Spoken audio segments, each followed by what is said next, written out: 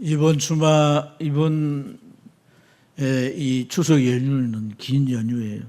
선사님이 2040년대 또 이런 연휴가 온다는데 그때는 이 땅에 있을란가도 잘 모르겠어요. 몇 사람은. 그래서 지난 이 주간 주말부터 이제 사람들이 막 빠져서 주일날 예배에 몇 명이나 오시겠나 이렇게 우려를 하기도 하고, 또 이제 뭐 연휴가 또 이어지는가 봐요. 오늘 예배 못 오시는 분들도 있는데, 그래서 제가 오늘 주일은 출석을 부르려고 생각을 했어요. 저 서울 간악구에 목회를 크게 하는 목사님이 진수교대를 나오셔가지고 목회를 하는데, 선생님 출신이라 그런지 주일날은 교인들이 많아 안 되지만 수요일은 출석을 부른대. 그러면서 하시는 말씀이, 우리가 이 출석 부르는 게 중요하다. 주님이 세상에 이제 시간이 다 되면 출석을 부르듯이 우리를 부르시는데, 그때 내 이름이 거명돼야 되지 않겠냐. 그러면서 우리가 그걸 교훈 삼아서 교회 나올 때마다 이렇게 이름을 부른다. 이렇게 부르는데 참 이렇게 성도들이 크게 대답을 하고 또 그런 의미에 부응하는 모습을 보게 된다고 합니다. 근데 이제 출석은 부를 필요가 없을 것 같아요. 오늘 이 본문 자체가 거의 출석부 수준인 거예요. 대신하기로 하고, 사실 오늘 본문의 내용은 뭐 그렇게 흥미롭지 않습니다. 여러 이름들이 쭉 나열듯이 열거되어 있습니다. 그야말로 참 출석부 같죠. 명단 목록. 그런데 그 내용도 서로 간에 이제 문안을 인사하는 내용들이에요. 사실 이제 이 16장, 본문에 있는 16장은 로마서의 마지막 부분이기 때문에 시작과 끝에는 편지에 꼭 인사가 있잖아요. 그래서 그런 의미의 이 문안의 내용들이 다루어지고 있지 않는가, 그렇게 생각할 수도 있습니다. 살펴보면 이 이름 가운데는 더 익숙한 이름도 있습니다. 브리스기와 아굴라 뭐 이런 이름들. 그런데 대부분 잘 모르는 이름들이에요. 그리고 33명이나 이름들이 이렇게 쓰여져 있으니까 이렇게 읽고 나가기에는 좀 지루할 수도 있어요. 그래서 설교자들은 이런 본문을 설교 본문으로 잘 선택하지 않습니다. 그래서 이 명단에는 남편과 아내, 부부도 있고요. 또 어머니와 아들도 있고, 또 형제지간인데 쌍둥이도 있어요. 또 나이가 많은 에베네도는 아주 나이가 지긋한 분이에요. 그리고 처녀인 마리아도 있습니다. 가만히 이름을 관찰해 보면 이 이름들이 같은 나라 이름이 아니에요. 우리 이름들은 대개 뭐 철수, 또 이제 영수 뭐 이런 식의 이름이잖아요. 그래서 이름으로 우리가 그 나라가 어느 나라인가, 이 사람들의 출신 나라가 어느 나라인가 이런 것도 파악할 수 있는데, 되게 이제 헬라식 이름이나 로마식 이름, 또 유대식 이름들이 섞여 있어요. 그래서 여러 나라 사람들이 섞여 있음을 알 수 있고, 나이가 많은 분, 나이가 적은 분, 또 여러 이제 사람들이 이렇게 이 이름 속에 있습니다. 분명히 교회입니다. 교회. 또 교인들의 명단이에요. 네, 하나님께서 함께 이들을 부르셨다는 거예요. 주님께서 세상 가운데 있는 이들을 부르시고 교회 안에 모으셔서 성도로 이들을 세워가고 있는 줄로 믿습니다. 그런데 이 바울 사도에게는 단순한 명부가 아니에요. 지금 그는 이제 짐을 싸고 있습니다. 그는 막 이제 스페인과 이탈리아가 있는 서쪽으로 길을 떠날 참이었습니다. 현재 이 편지를 쓰고 있는 곳은 고린도예요. 고린도인데 그런 가이오라고 하는 장로 집에 있습니다. 가이오는 훌륭한 분이죠. 지위도 높고 물질도 있었어요. 그래서 그의 집을 이 고린도 교회 예배처로 제공하고 또 바울 사도를 초대한 그런 분이기도 합니다. 바울이 이 당시 나이 한 60세, 59세, 60세쯤 됐는데 사실 이제 이런 나이의 목회자를 원하는 교회가 있겠습니까? 그러나 자기가 해야 할 또 하나의 일이 있었던 거예요. 교회가 없는, 복음이 아직 전해지지 않는 저 서쪽 지역에 가서 주의 교회를 세우고 영혼들을 구원하는 새로운 일을 시작하려고 합니다. 그래서 쌀짐이 그리 많지 않습니다. 뭐 외투 환불, 또 책 몇 권, 그리고 뭐 여러 가지 이제 사용할 잡동사니 이런 것을 싸다가 이제 자기가 마무리해야 되는 이 로마서 편지를 이렇게 보면서 그는 깊은 생각에 잠기게 됩니다. 싸고 있었던 짐 보따리 그 틈 사이에서 그는 기억을 떠올려 보는 거죠. 한 사람 한 사람. 오늘 저와 여러분들도 이 바울 사도의 이 기억 속으로 들어가서 같이 함께 그 인물들을 살펴보는 게 좋겠습니다. 갱그리아 교회 베베 자매. 이 베베 자매는 먼저 거론돼요. 사실 이 이후에 거론된 사람들이 어찌 보면 더 신앙에 있어서 수준도 높고 유명세도 있지만 이 베베 자매가 먼저 거론됩니다. 그런 이유는 베베 자매가 이 로마서 편지를 들고 로마에 가서 전달해 주어야 할 그런 사신이기 때문에 그렇습니다. 여자입니다. 남성 중심의 사회에서 여자가 이런 편지를 들고 먼 이제 고린도에서 로마까지 간다는 게 쉽지 않죠. 그가 여자인데도 그 애니보스의 역할을 한다. 먼저 이제 신뢰가 가야 되겠죠. 그의 삶은 지금까지 바울 사도와 지도자들에게 충분한 신뢰를 주었어요. 여자지만 용감했던 거죠. 남자 이상의 아주 담대함이 있고 용감했어요. 오늘 이 베베를 소개하면서 그런 여러 사람과 나의 보호자다 그랬어요. 고린도 교회는 문제가 많았어요. 사람들이 너무 억세, 대들고 막 그랬어요. 바울을 사도가 아니라고도 하고.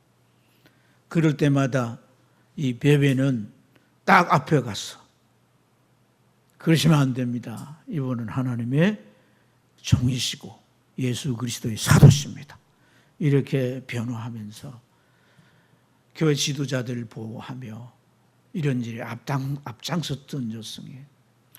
이러한 이제 신앙과 특성 때문에 이 베베 자매가 먼저 다루어지고 있습니다. 사랑하는 여러분, 참 교회에는 이런 사람들이 필요한 줄 믿습니다. 잘못되고 불의한 일을 덮어두기보다 그걸 바로잡고 약하고 불리한 입장에 있는 사람 변호하고 보호하는 이 가름막이 되어주는, 남이 누가 비판하고 남이 누가 잘못을 지적하고 덩달아 지적하는 그런 분위기맨이 되어서는 안 되는 거예요. 이리저리 휩쓸리는 사람이 아니라 딱 중심을 가지고 하나님 앞에서 옳은 것을 향하는 이런 베베 자매 같은 저와 여러분 되길 축복합니다. 아굴라, 사실 브리스기아란 말이 먼저 나오는데 부인이죠. 그런데 이들 부부를 향해서 바울 사도는 자기 목이라도 나를 위해서 내놓는다 그렇게 말합니다. 여러분, 피 한 방울 섞이지 않는 남을 위해서 누가 자기 목숨을 내놓겠습니까? 누구나 목숨은 하나밖에 없는데 바울이 누구기에 자기 목숨을 내놓는다는 말이에요. 그 이유는 단 하나입니다. 바울이 하는 그 사역은 하나님의 일이고 생명을 살리고 영원한 나라로 인도하는 세상에 가장 귀한 일이기에 그 일 위해 헌신하는 이 바울을 위해 자기 목이라도 내놓겠다는. 사실 브리스기아는 귀족 가문의 여인입니다. 그래서 오늘 여기 이제 아굴라보다도 사실 어찌 보면 그 가정의 리더자라고 할 수가 있어요. 경제적인 그런 여유도 있고 좋은 집안에서 태어나서 교육도 많이 받고 이런 자매지만은 이 자매는 복음을 위하여서 모든 걸 버리고 이 물감으로 천에다가 물을 들여서 이 천을 이렇게 파는 그런 일들을 했어요. 자주장사라 그렇게 표현하는데, 그런 장사를 해서 수입이 있으면 그걸 전도자들의 선교비로 제공하고 또한 여러 교회를 세우는 일에 쓰임을 받았던 거죠. 그래서 이 부부를 향해서 많은 교회들이 감사한다 그렇게 말합니다.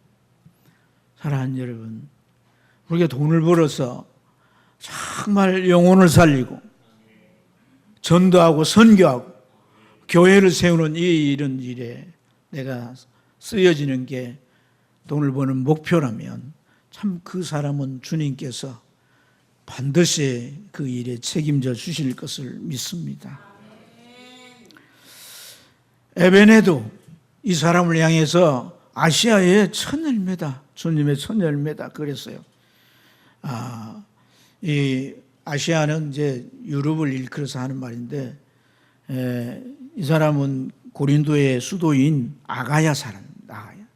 이 고린도는 그리스라고 지금 그리스에 있는데, 이 고린도 사람들은 아주 억센 사람들이었어요. 그 바울 사도가 그곳에 복음을 전해려는데, 아덴이라고 하는 그리스도의 철학자들이 많이 사는 곳에서 이제 이 고린도로 와서 복음을 전할 때 얼마나 억셌는지 이 사람들을 대할 때 바울 사도는 겁을 집어먹었어요. 복음을 전하기를 주저했습니다. 하지만 다시 결심하고 힘을 내가지고 그들을 향해서 십자가의 복음을 그대로 전합니다. 성령이 역사하셨어요. 그래서 한 사람, 두 사람 믿기 시작하는데 그렇게 믿었던 사람이 에베네도라는 거예요. 이 사람은 나이가 지긋한 분이에요. 나이 드신 분이에요. 근데 그가 복음을 듣고 감격해 하면서 그 마음이 예수님을 맞이하면서 하늘을 보면서 하나님 앞에 감사하는 그 순간, 그 에베네도의 모습을 보면 바울 사도는 큰 위로가 됐습니다. 용기를 얻었습니다. 이렇게 정말 동네 불량배 같은 사람들인데, 이 억센 사람들이 예수를 믿는데, 여러분 나이가 많으면 동네 뭐예요? 어른이잖아요. 이분이 눈물을 흘리고 이러니까 그의 가족들도 다 믿고요, 주변의 사람들도 막 믿게 되어서 고린도 교회가 생기게 된 줄로 믿습니다. 그 예수님을 맞이할 때 그렇게 막 감격해 하던 그 모습을 떠올리면 그가 집에 돌아가서도 잠을 이루지 못할 정도로 감사하며 기뻐했던 거죠.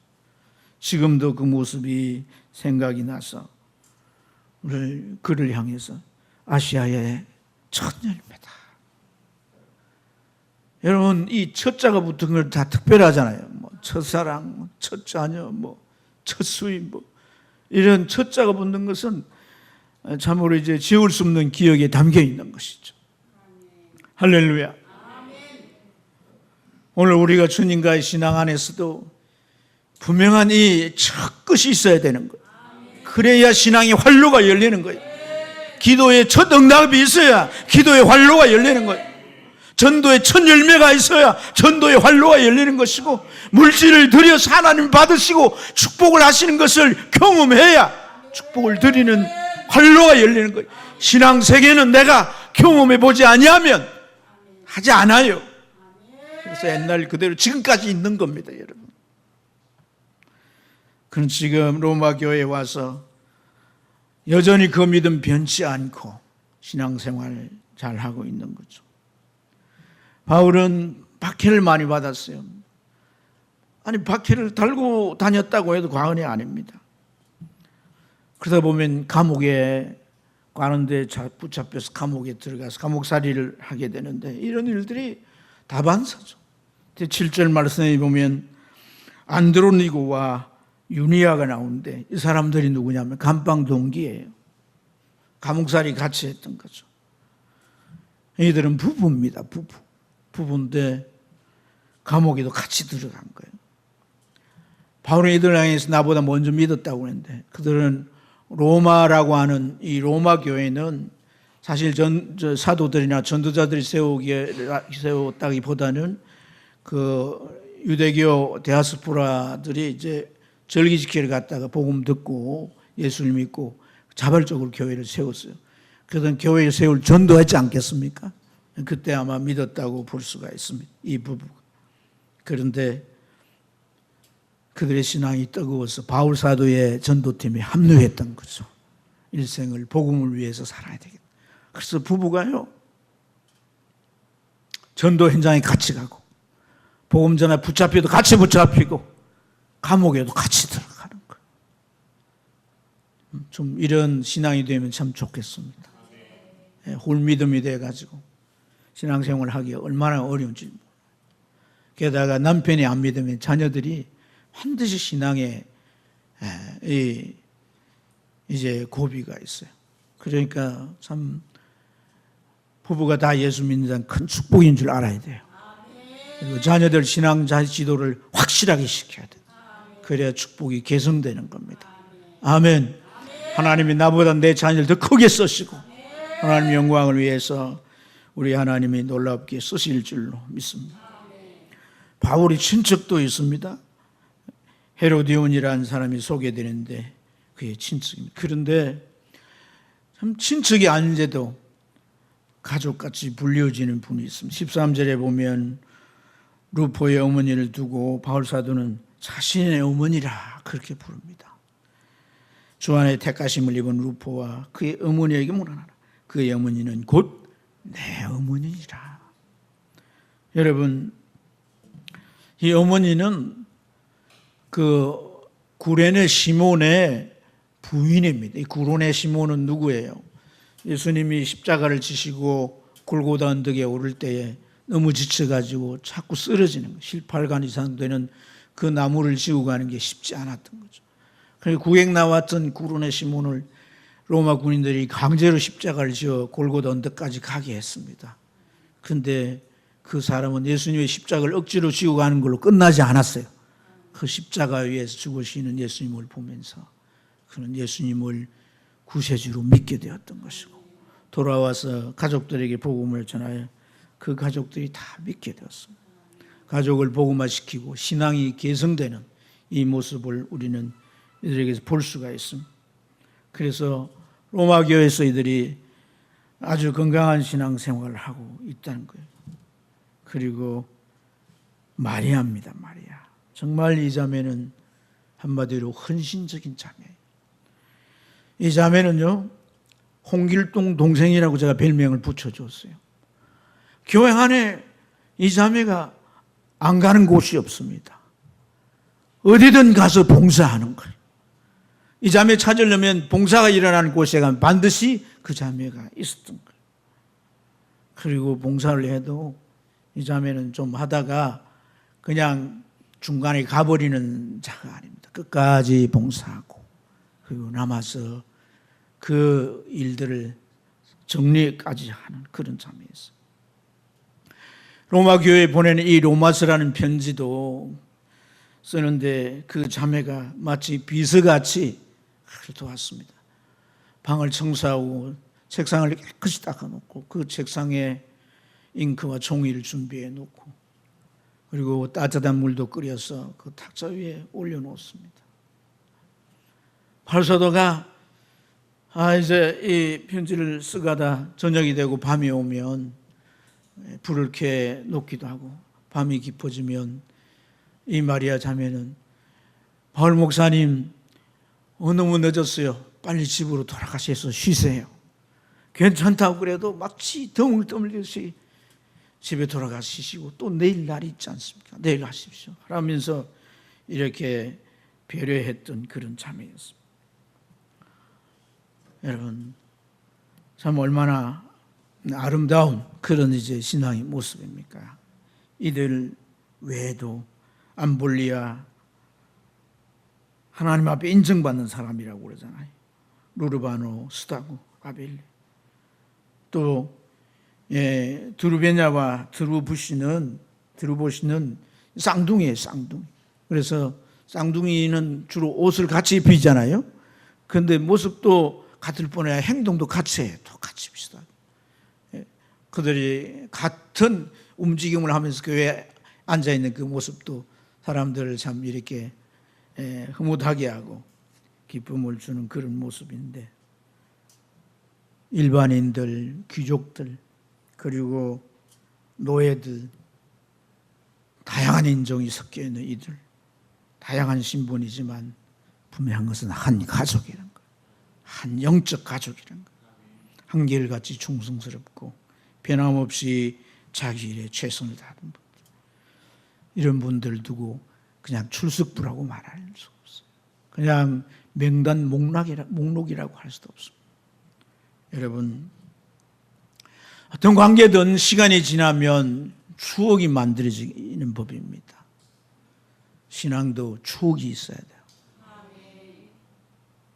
함께 살면서 받들며 땀 흘리며 수고해온 그런 추억이 있어야 돼요. 여러분은 어떤 추억이 있습니까? 이 사랑의 교회 신앙생활 하시면서, 살아오시면서 교회 안에, 신앙생활 안에 어떤 추억이 여러분 내리 속에 스려 있습니까? 오늘 말씀을 들으면서 이런 추억을 한번 떠올려보는 것도 좋다고 생각이 됩니다. 저는 우리 사랑의 교회를 비롯해서 거쳐온 여러 개 교회들이 있는데, 교회들이나 성도들에 대한 추억들이 있어요. 첫 부임지가 상간오지 시골 교회인데, 제가 갔더니 그곳에 사택이 없더라고요. 교회도 너무 오래됐는데 이렇게 유리된 창이 아니고 거물망을 씌워놓은 그런 창이었어요. 교회가 이렇게 기울어져 있었던 그런 교회인데, 그러나 사택이 없으니까 어디에 기거합니까? 한 집사님이 자기 방 한 칸을 내어놓으셔서 그 옆에는 이제 소마구가 있었고 그 마구 옆에 이제 방이 하나 있었는데, 냄새는 좀 났지만은 집사님이 소 여물을 끓이면서 겨울에 군부를 넣어줘가 참 따뜻하고 좋았습니다. 그 방에 지내는데 집사님은 그 제가 식사를 하도록 몇 끼마다 이렇게 제공해 주었습니다.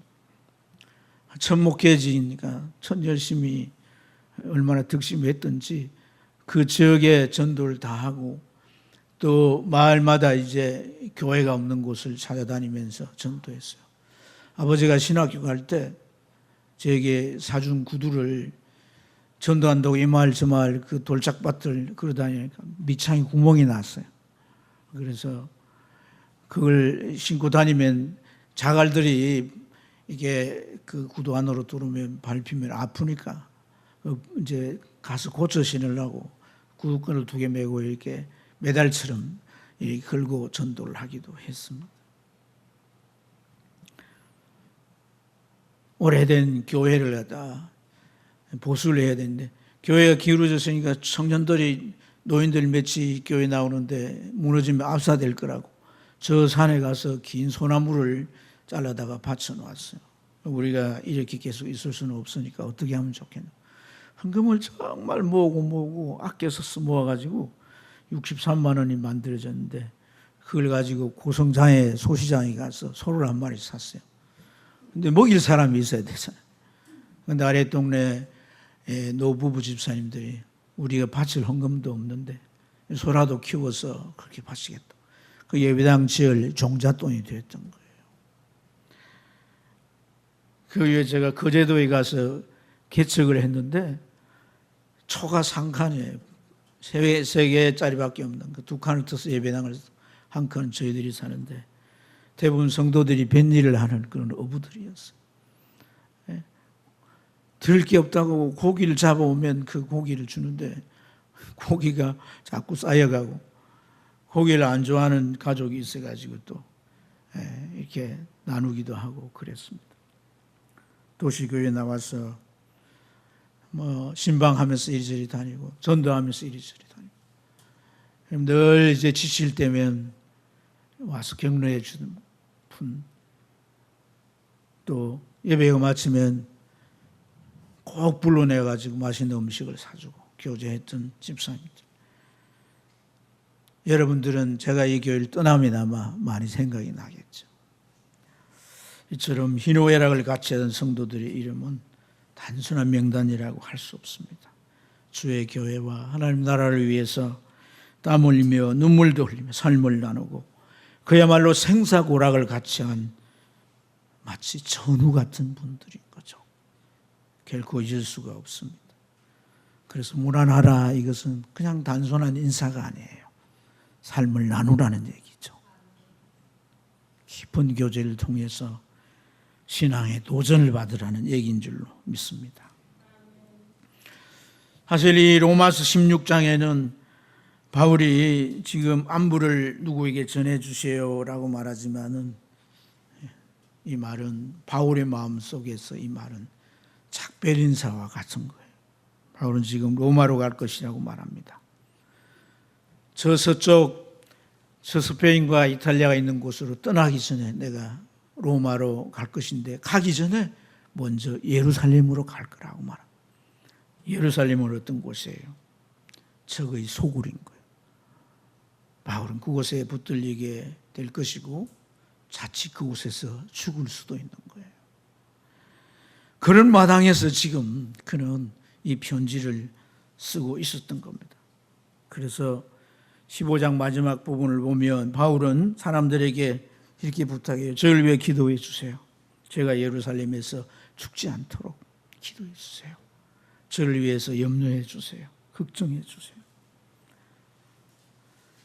이 땅에서 자신의 생명이 앞날이 어떻게 될지 모르는 이런 가운데 안부를 묻는다는 것은 이건 작별 인사고, 오늘 그의 표현 속에 짙은 동지애가 서려 있는 줄로 믿습니다. 사랑하는 여러분, 사실 이들의 이름은 그냥 한순간의 추억의 대상이 아니에요. 영원히 함께할 이름인 줄로 믿습니다. 세상에서 제일 이 관계 속에서 두텁고 끈끈한 관계는 가족이에요. 하지만 참 서로를 위하고 애착을 가지고 살지만 이 육신의 가족마저도 영원한 관계를 유지할 수 없을 수도 있습니다. 우리 믿음을 근거로 세상의 시간이 다 되면 각자 다른 곳으로 갈 수가 있습니다. 그러나 오늘 이 자리에 있는 우리는 영원한 가족인 거예요. 그 영원한 가족인 거 다 들어압니다. 중요한 건 말이죠. 추억이 있느냐는 거예요. 기억을 떠올릴 만한 뭔가가 있느냐는 거예요. 우리가 함께 이 사랑의 교회라는 교회에서 함께 신앙생활을 하면서 그냥 왔다 갔다가 아니라 어떤 일 앞에, 어떤 문제 앞에, 어떤 어려움 앞에, 어떤 상 앞에, 어떤 성도의 고민 앞에 얼마나 함께 나누고 얼마나 그 일에 개입되어서 추억이 될 만한 일이 있느냐는 거예요. 베드로가 이제 모든 제자들의 대표가 되니까 뭐 그런 얘기들을 만들어낸 얘기지만 있습니다. 천국에 가면 베드로가 천국 문 앞에 들어올 때 인터뷰를 한다는 거예요. 그래서 형제님 또는 자매님, 세상에 뭘 가지고 왔어요? 갈 때는 그냥 빈손으로 가셨는데 올 때는 뭘 가지고 와야 돼? 뭘 가지고 왔어? 물어보면 우리가 이 예배당을 세우고 뭘 봉사를 하고 헌금을 하고 가지고 갈 수 있나요? 가지고 갈 수 없습니다. 그런데 우리가 가서 내어놓을 것은 함께 했던 사람들의 이름인 거죠. 우리가 교회를 위해서 같이 밤새껏 기도했어요. 어떤 성도가 위험에 놓여 있어서 우리가 그를 찾아가고 위로하고 그의 아픔을 같이 했어요. 여러분, 베드로가 그 말 듣고 그랬습니까? 이름들 보니까 조금 전에 같은 그분들 같은데요. 환한 얼굴로 주님 앞으로 나아가는 모습을 보았습니다. 사랑하는 여러분, 우리는 누가 오늘 종일 오늘 이 예배 자리에 한 장 준다면 거기에 그런 이름을 써볼 대상이 있어야 할 줄 믿습니다. 그리고 아무개시 정말 나는 당신을 생각할 때마다 우리가 해왔던 일들을 기억하게 되고 그래서 너무나 아름다운 추억으로 남아 있습니다. 사랑하는 여러분, 신앙생활을 하면서 그냥 하지 마세요. 우리 학교 다닐 때 친한 친구가 있었잖아요. 그걸 뭐라 그래요? 단짝이라 해요. 단짝. 영혼의 단짝이 있길 축복합니다. 참 교만한 것은 어떤 사람은 나와 안 맞아 해서 인사도 잘 안 하고 대화도 깊이 안 하고 그렇습니다. 우리가 같을 리가 없어요. 많은 학식에도 차이가 있고 좋아하는 기후도 다르고 얼마나 다릅니까? 뭐가 있다고? 뭘 많이 배웠다고? 뭐가 내가 높은 지에 있다고? 마치 상종을 안 하겠다는 그런 태도로 일관합니까? 결코 옳지 않습니다. 우리는 다 연약하고 그래서 흠이 있고 모도 있어요. 그런데 하나님 앞에서 해야 할 일들에 서로 부대끼고 마찰하고 그 봉사를 끝까지 해나가면 하나님의 성령은 우리를 다듬는 줄로 믿습니다. 그래서 정말 천국의 사람들로 우리를 만들어 가세요. 그래서 정말 신앙생활에 깊숙이 개입해 있는 사람과 그냥 교회 왔다가 갔다가 하는 것으로 일관하는 사람들을 보면 해는 해마다 신앙이 달라져 있는 차이를 볼 수가 있습니다. 사랑하는 여러분, 그건 뭘 말합니까? 거룩한 동질성이 그 속에 점점 쌓여졌기 때문인 줄 믿습니다. 오늘 바울 사도는 거룩한 입맞춤을 하라. 서양 사람들은 입을 맞추면 인사하잖아요. 우리는 입 맞췄더니 큰일 나잖아요. 그러나 여러분, 거룩한 친밀감이 우리 안에 쌓여져야 할 줄로 믿습니다. 그래서 그 무엇도 갈라놓지 못하는 우리가 빈부의 차이가 있고 배움의 차이, 지위나 인종의 그런 차이가 있지만 그런 것들이 아무런 벽에 구시를 못하는 그런 관계로 하나가 되어야 할 줄로 믿습니다. 신앙생활을 하면서 언제 어떻게 될지 모르지만은 참 이 사람은 나와 친했던 사람이고 그래서 정말 우리가 주의 일에 같이 헌신하며 땀 흘리고 수고하고 눈물 흘렸던 사람 그런 추억이 여러분의 가슴 속에 쌓여가시길 축복합니다. 그래서 이제 우리가 맞이하는 이 가을에 여러분의 신앙이 오늘 집사님의 기도처럼 점점 열매로 하나하나 연걸어지고 주님 앞에 들을 수 있기를 축복합니다. 사랑하는 여러분, 저나 여러분이나 우리를 극복해야 할 줄 믿습니다. 나를 극복하도록 하나님은 어떤 상황들을 허락하세요. 허용하세요. 그것은 괴로움을 줘 고통스러운 것이라고 생각하지 말고 내 힘으로 할 수 없는 영역이지만 나를 극복하고 주님 앞에 새로운 열매가 되는 귀한 기회구나. 이 계기를 내가 기도하면서 잘 감당해야 되겠다. 그런 결단들을 가지시고 여러분 삶에 참 아름답고 영원히 남겨서 기억될 추억이 쌓여지길 주의 이름으로 축복합니다.